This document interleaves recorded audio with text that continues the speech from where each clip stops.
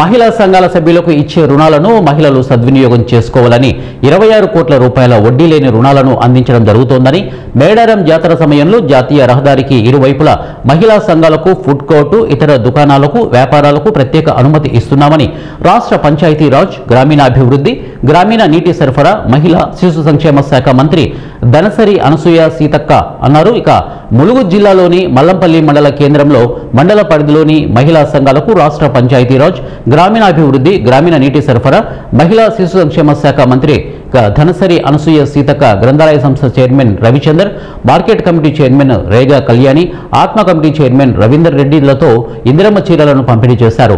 అనంతరం మండలంలోని మహిళా స్వయం సహాయక సంఘాలకు బ్యాంక్ లింకేజీ ద్వారా 210 సంఘాలకు 26 కోట్ల రూపాయల రుణాలు పంపిణీ చెక్కును మంత్రి సీతక్క అందజేశారు.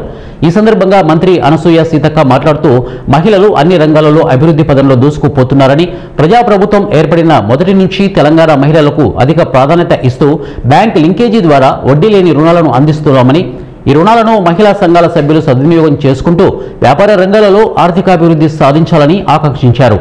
మల్లంపల్లి మండల కేంద్రం నుంచి యువత ప్రభుత్వ ఉద్యోగాలలో ప్రతిభ కనబరిచారని టైర్ల పంచర్ షాపుతో జీవనం కొనసాగించే వ్యక్తి కూతురు గ్రూప్ 1 నోటిఫికేషన్ ద్వారా డిఎస్పీ ఉద్యోగం సాధించిందని మరికొంతమంది యువత పోలీస్ టీచర్ ఉద్యోగాలకు కూడా ఎంపికయ్యారని వారందరినీ అభినందిస్తూ వారి స్ఫూర్తితోనే యువత కష్టపడి ఉన్నత శిఖరాలను అధిరోహించాలని అన్నారు. ఇక మహిళలు కూడా వ్యాపార రంగాలలో మగవారికి ధీటుగా ఆర్థికాభివృద్ధి సాధించాలని పేర్కొన్నారు.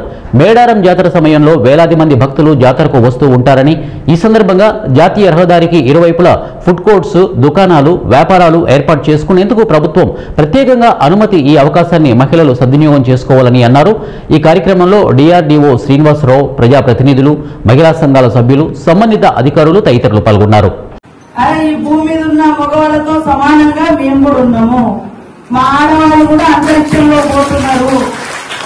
అంతరిక్షంలో ఆకాశాన్ని చీల్చుకొని అంతరిక్షంలో పోయేస్తున్నారు.